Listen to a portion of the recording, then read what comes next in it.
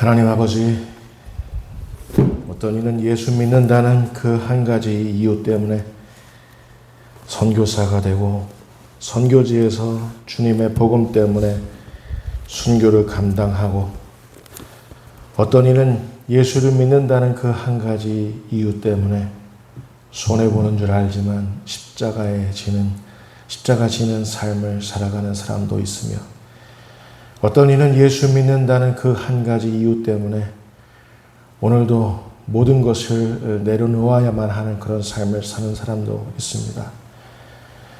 하나님, 우리에게 평안한 신앙생활의 장을 우리 하나님께서 허락하셨건만, 우리의 모습이 우리 하나님 얼굴에 어떻게 비춰질지 생각할 때 늘 부끄러운 마음입니다.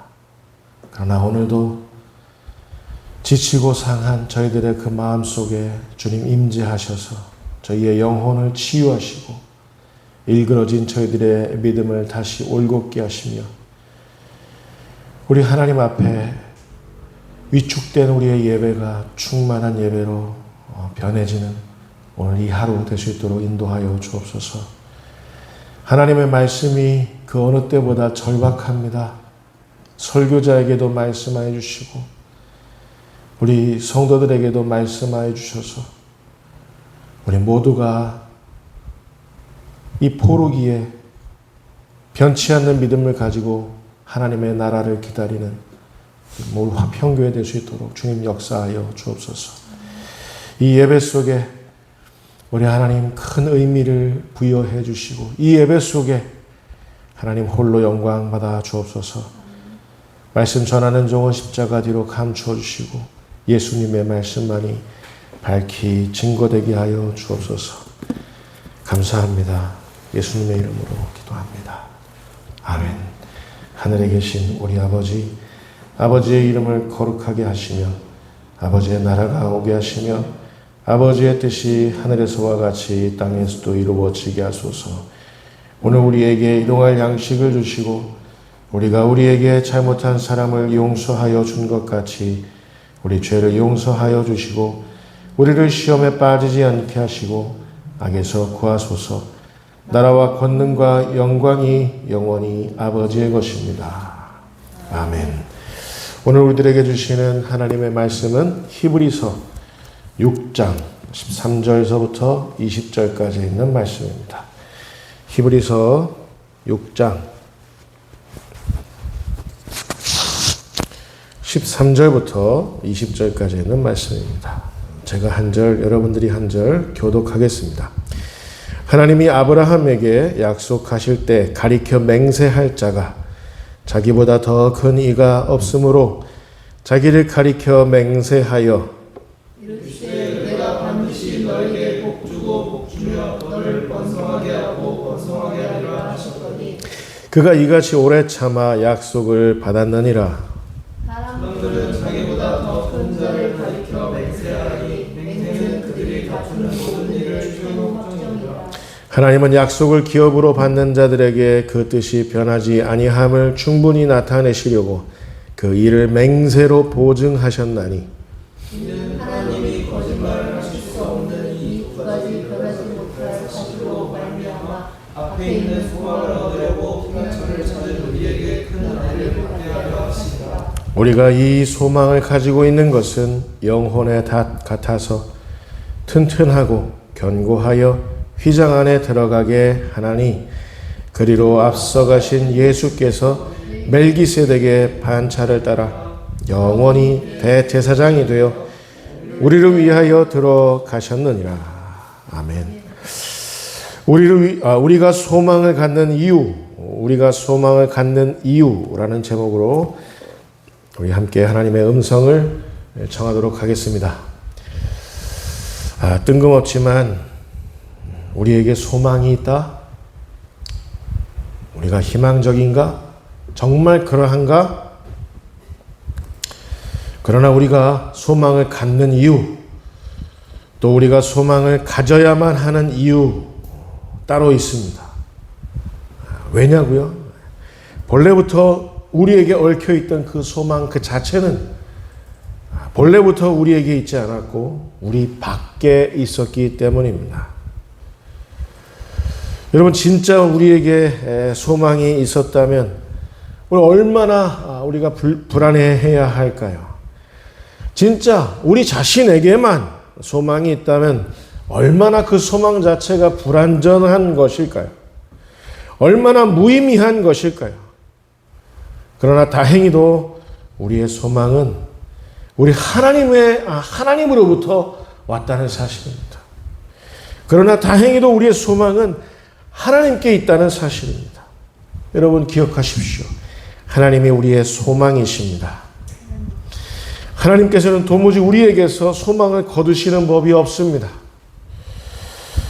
하나님은 예를 들어 강렬한 풀무불 앞에서도 다니엘의 경우에는 그랬어요. 강렬한 다니엘의 세 친구 앞에서는 그러셨어요. 하나님은 강렬한 풀무불 앞에서도 소망이셨습니다. 또 다니엘에게는 하나님은 으르렁거리는 사자굴 앞에서도 소망이셨습니다. 어떤 이에게는 우리가 사방으로 우겨쌈을 당하셔도 하나님은 소망이셨습니다. 우리가 늙고 늙어서 노구의 100세의 아브라함이 되었어도, 우리가 백발이 성성에서 85세의 갈렙이 되었어도, 우리가 살인자가 되어 40년 동안 숨어 지내다가, 장인의 집에서 숨어 지내다가 80세가 된 모세가 되었어도 하나님은 그들에게 소망이셨습니다. 늘 소망이셨습니다. 우리 인생 그 마지막 장을 의미하는 그 커튼이 내려진다 해도 하나님은 그 커튼을 열어주시면서 누가 끝이라더냐 하시면서 우리들에게 소망을 계속해서 두실 것을 믿습니다. 그래서 오늘 본문에 보면 하나님께서 출발시키신 그 소망은 우리에게 닷과 같다라고 표현해 놓고 있습니다. 닷과 같다. 배를 정박시키는 닻입니다. 배를 고정시키는 닻입니다. 배는 혹여 출렁거릴지언정, 배는 혹여 흔들거릴지언정, 그 배 안은 위태로울지언정 닻이 배를 고정시키면 그 배는 안정적입니다. 이렇게 하나님께서는 우리에게 소망을 주시고 우리 인생이란 이 배를 든든하게 안정적으로 늘 역사하시는 줄 여러분 믿으시기 바랍니다. 소망은 우리로 하여금 하나님의 마음에 정박시켜줍니다. 소망은 우리로 하여금 우리의 마음을 하나님에게 고정시켜주는 그 기능을 합니다. 제가 그 선교사님에게 생사를 넘나들고 국경을 넘나들고 수용소를 넘나드는 그분의 그 사역 앞에 제가 물어봤습니다. 선교사님, 형님, 어떻게 해서 계속 그 사역을 감당하고 계십니까?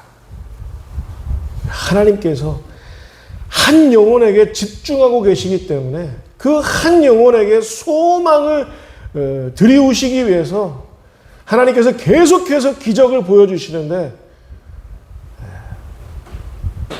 내가 사역을 계속하는 그 이유라는 사실.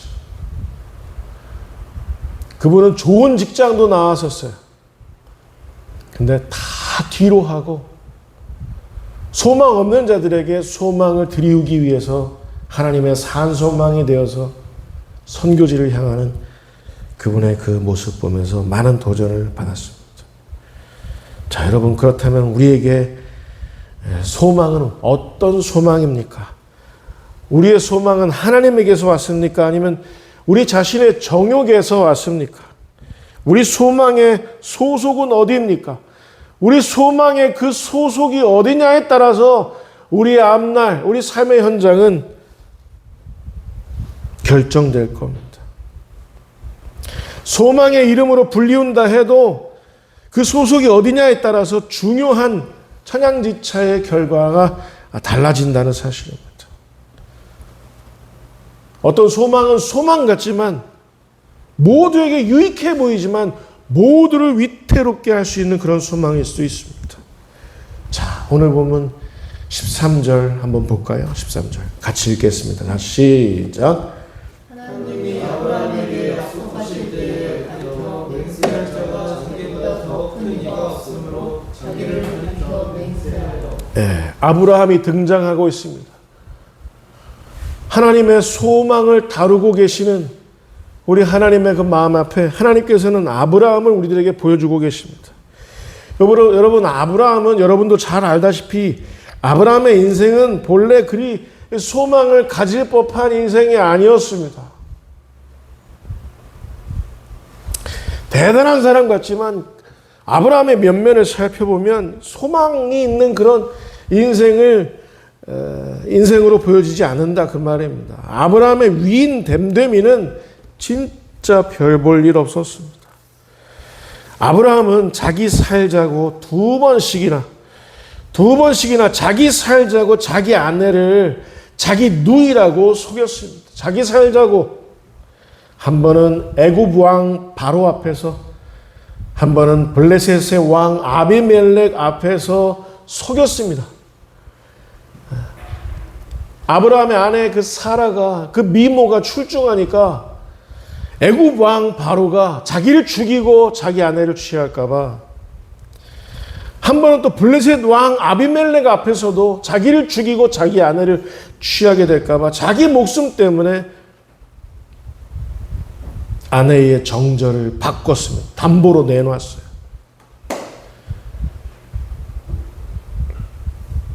이런 비겁하고 비굴한 자에게 무슨 소망이 깃들었을까요?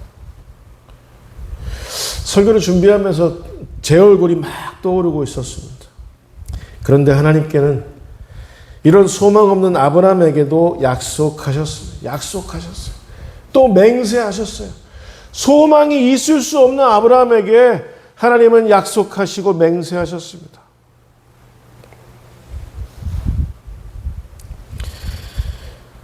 하나님은 아브라함에게 당신의 소망을 걸기로 약속하셨고 맹세하셨습니다. 이걸 아는 게 중요합니다. 여러분 잊지 마십시오. 하나님은 우리의 됨됨이를 넘어서서, 우리의 됨됨이를 초월해서 우리를 사랑하신다는 사실을 잊지 마시기 바랍니다. 우리 됨됨이를 넘어서서 초월해서 하나님께서는 우리를 사랑하시고 그래서 우리에게 소망을 두신다는 사실입니다. 그렇다면 여러분, 하나님께서 아브라함에게 약속하신, 맹세하신 그 내용은 무엇이었습니까? 하나는 복이었고 하나는 번성이었습니다. 자, 우리 한번 확인해 보겠습니다. 오늘 본문 14절 같이 읽겠습니다. 다시 시작. 이르시되 내가 반드시 너에게 복 주고 복 주며 너를 번성하게 하고 번성하게 하리라 하셨더니, 얼마나 하나님께서 허락하실 그 복이, 하나님께서 약속하실 그 번성이 얼마나 진하게 농축된 것이었으면 두 번 모두 반복하셨습니다. 너에게 복 주고 복 주며 너를 번성하게 하고 번성하게 하리라, 이렇게 맹세하시고 약속하셨습니다. 누구에게? 아브라함에게. 아브라함이 그럴 만한 사람이었나요? 아니요. 자기 아내도 제대로 지킬 줄 모르는 그런 뻔뻔하고 비굴하고 비겁한 그런 인간이었는데도 하나님은 아브라함의 미래를 보시고 아브라함에게 약속하시고 맹세하신 거예요. 너를 복 주고 복 주며 번성케 하고 번성케 하리라. 복 받을 만해서가 아닙니다. 번성할 만해서가 아닙니다.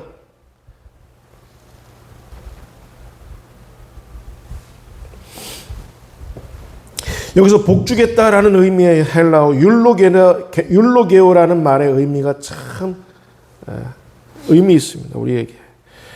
복 주겠다, 이 말은 뭐냐면 칭찬하겠다라는 뜻입니다. 하나님께서 저를, 용재야 내가 너를 칭찬하노라 라는 겁니다. 그리고 또 내가 너를 좋게 말하겠노라 라는 뜻입니다. 네? 복 주겠다라는 말은 내가 너를 칭찬하노라, 내가 너를 좋게 말하노라, 이런 뜻이에요. 생각해 보십시오. 저에게서 제 스스로 제 자신을 진단해 볼 때 하나님께서 저를 칭찬할 만한 구석이 과연 얼마나 될까? 하나님께서 저를 좋게 말씀하실 만한 그런 내용들이 얼마나 될까? 부끄러운 저지만, 그런 부끄러운 아브라함이지만 하나님은 내가 너를 복주겠다라는 이 의미는 뭐냐면 너를 칭찬하노라, 내가 너를 좋게 말하노라 라는 뜻인 줄 여러분 깨달으시기 바랍니다. 이건 의지적인 하나님의 약속이요 맹세입니다. 의지입니다. 하나님께서 너는 네 아내를 그렇게 쉽게 이렇게 다른 사내에게, 왕에게 내줄 만한 그런 비겁한 놈이지만 내가 너를 가만두지 아니하고 내가 너를 의지적으로 너를 칭찬받을 만한 존재로, 내가 너를 사람들 앞에 좋게 말할 만한 그런 존재로 내가 너를 회복시키겠다. 그렇게 너를 변케 하겠다. 너를 환골탈태시키시겠다라는 그런 일환의 말씀입니다. 여러분, 우리는 하나님 앞에 우리 하나님께서 복 주시는 사람들이에요. 하나님께서 우리에게 칭찬할 만한 그런 존재로 하나님께서 이렇게 의지적으로 역동적으로 우리를 변케 하실 사람들이 바로 저와 여러분들인 줄 여러분 믿으시기 바랍니다. 그래서 우리의 칭찬은 저 먼 미래로부터 우리 하나님에게서 오는 거예요. 우리에 관한 좋은 소문은 저 미래로부터 우리 하나님에게서 오는 것임을 여러분 잊지 마시기 바랍니다. 아멘? 그러니 여러분 자신에게 너무 뭐라 하지 마세요.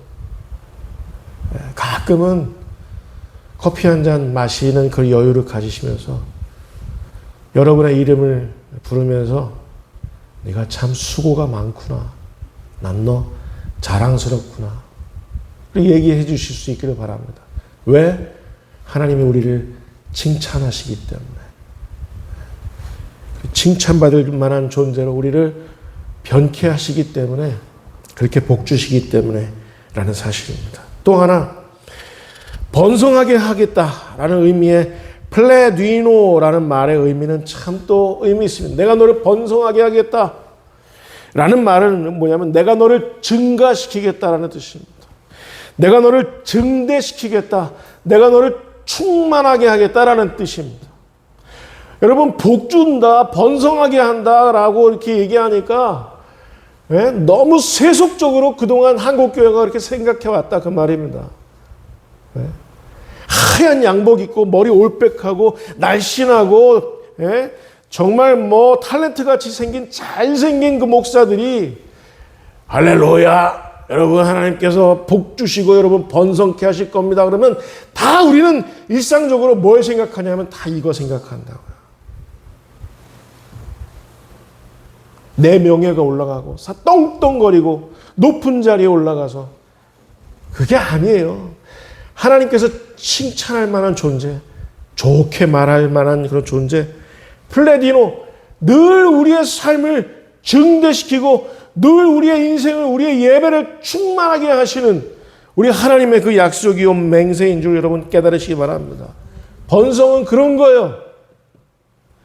용재야, 내가 너의 나라, 너의 화평교회를 그냥 수두룩 빽빽하게 하겠다. 내 좋은 약속이죠. 우리는 그동안 그렇게 관행적으로 생각해 왔죠.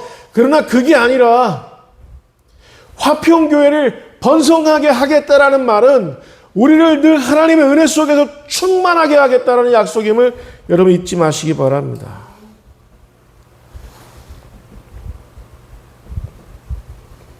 그게 번성이에요.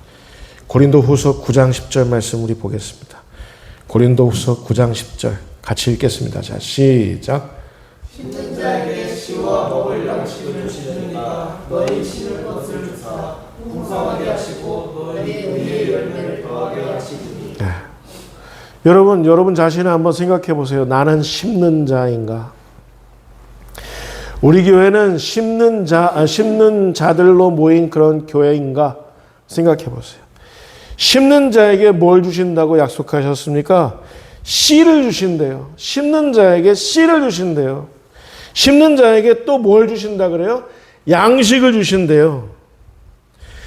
또 심을 것을 또 주신대요. 그리고 풍성하게 하신대요.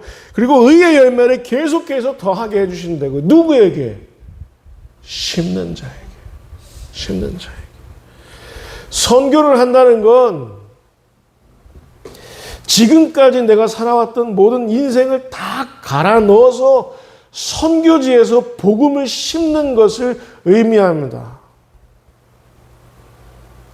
제가 언젠가 설교한 바 있지만 한국교회가 북간도 교회의 전통으로 우리 한국교회가 세워졌으면 이 지경에 이르지 않았을 것이다 라고 제가 언젠가 설교한 기억이 있지만 북간도 지역에서 사역하시는 그 선교사님을 만난 그 사실이, 그 인연이 예사롭지가 않다 생각합니다. 거기서는 예수 믿는다는 건 목숨 내놓는다는 거예요. 예배를 드린다는 건 탈북민들에게, 그리고 중국의 그 본토인들에게 예배를 드린다는 건 꽁안에게 잡혀가서 거기서 고문당하고 거기서 건강을 잃고 탈북민들은 본국으로 송환돼서 그 사람이 어떻게 잡혀서 어떻게 그 생명이 어떻게 될지 모르는 그런 것을 의미한다고요. 여전히. 저는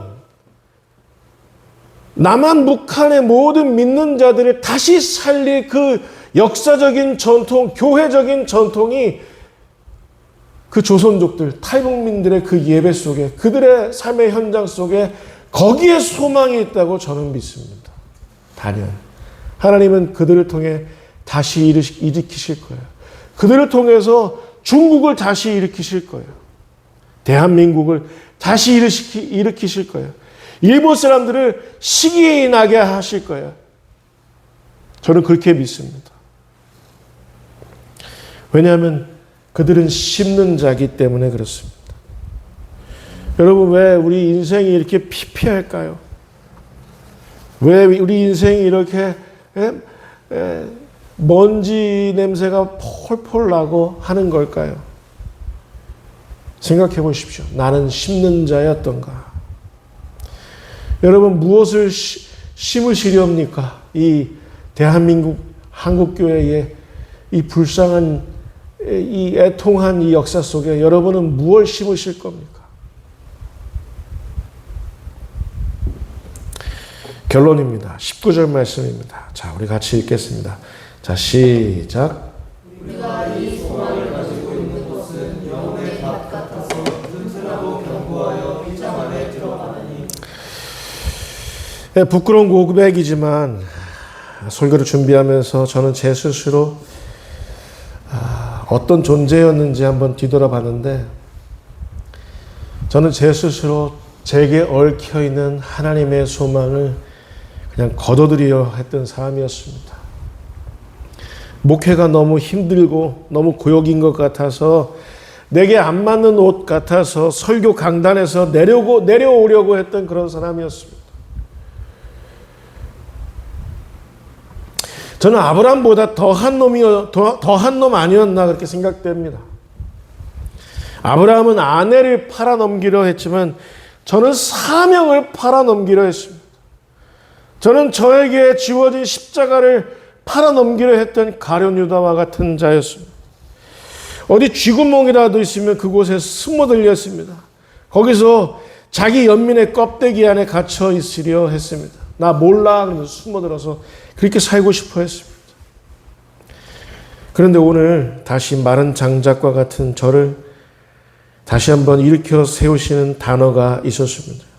그것은 바로 소망이라는 말과 닻이라는 말이었습니다. 우리가 이 소망을 가지고 있는 것은 영혼의 닷 같아서.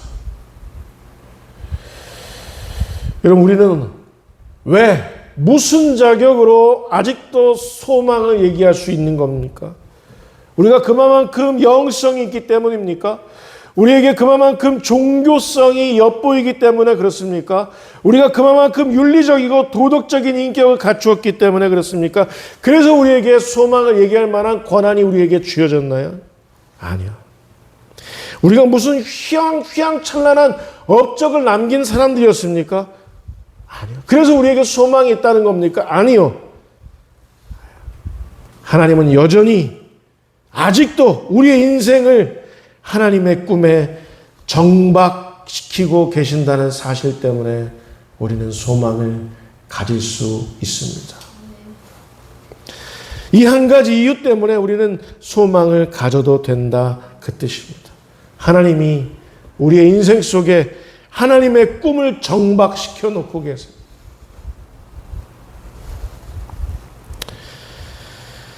제 스스로 생각해 볼 때 이제 60도 멀지 않았는데 방황했던 숱한 나날들 참 비린내가 진동했습니다. 그러나 여러분, 우리 모두 잊지 맙시다. 우리가 그동안 유리하며 방황했던 까닭은 우리가 우리 인생의 닻을 하나님께로 내리지 않았던 데에 있었습니다. 우리가 하나님께 소망을 두지 않았던 까닭에 있었습니다. 우리는 우리의 못난 모습, 우리의 어설프고 비린내나는 그런 모습들, 철진하고 그런 결핍의 모습들 너무나도 잘 압니다. 그러나 이것도 알기로 작정합시다. 자기 아내를 자기 목숨 부지하자고 2번씩이나 팔아넘기려 했던 그 비굴하고 비겁한 아브라함을 일으키셔서 열국의 아비, 믿음의 아비로 세우신 그 하나님의 열정, 그 하나님의 소망, 아브라함에게, 비굴하고 비겁한 아브라함에게 여전히 소망을 거두지 않으셨던 그 하나님의 마음 역시도 기억합시다. 여러분, 아멘이실까요? 나에게 소망 없고 난 정말 끝난 것 같고 그게 정말 나는 사실로 느껴진다 하더라도 하나님은 나를 어떻게 보시느냐, 이것도 또한 기억하자, 그 말입니다. 하나님의 백성들이 중간에 망하는 이유가 있습니다. 이런 하나님의 마음을 알지 못하는 그 무식함 때문에 망하는 거예요. 난 끝났어. 나는 안 믿어져. 그러면서 나 여기까지야. 그러면서 무식함 때문에 망하는 거예요. 하나님이 나를 어떻게 보시는지 그걸 모르는 거예요. 나의 인생, 그 인생 한 토막, 나의 인생 그 한 토막 때문에 하나님은 수없이 많은 사람들을 일으키실 수도 있다, 구원하실 수도 있다라는 그 하나님의 이 비전을 모르고 살아가기 때문에, 이런 무식함 때문에 중간에 내려놓게 된다라는 말이에요. 여러분, 그렇기 때문에 여러분, 소망이란 단어 앞에 너무 초조해 하지 마시기 바랍니다. 아멘? 오히려 확고부동해지시기 바랍니다. 이미 하나님께서 약속하셨어요. 이미 하나님께서 맹세하셨어요. 너는 아브라함처럼 그렇게 비겁하고 비굴한 인생 살았을런지도 모르지만, 이게 사실일런지는 모르겠지만, 나는 너를 그렇게 생각하지 않아. 나는 너에게 맹세하노니, 약속하노니, 나는 너를 그렇게 쓰지 않을 거야. 내가 너를 복주고 번성케 할 거야. 이 하나님의 마음을 깨달으시면서 오늘 주일 하루 보내시는 우리 화평교회 성도 여러분들 다 되실 수 있기를 주님의 이름으로 축원을 드립니다. 기도하겠습니다. 하나님 아버지, 뜬금없이 우리가 소망을 갖는 이유는 우리가 살아가다가 좋은 일이 생겨서가 아닙니다. 우리는 여전히 비겁하고 비굴한 그런 인생이지만 하나님, 그런 우리들에게도 소망을 거두시지 아니하시고 우리들에게 우리의 인생이란 그 배를 소망으로 정박시키고 계신다는 우리 하나님 그 약속, 그 맹세. 하나님, 그래서 우리 소망을 심는 자들이 되겠습니다. 소망을 심는 자들로 우리에게 남은 인생의 여정을 살아가겠습니다. 주님, 우리에게 용기도 주시고 우리에게 그런 마음가짐도 주시고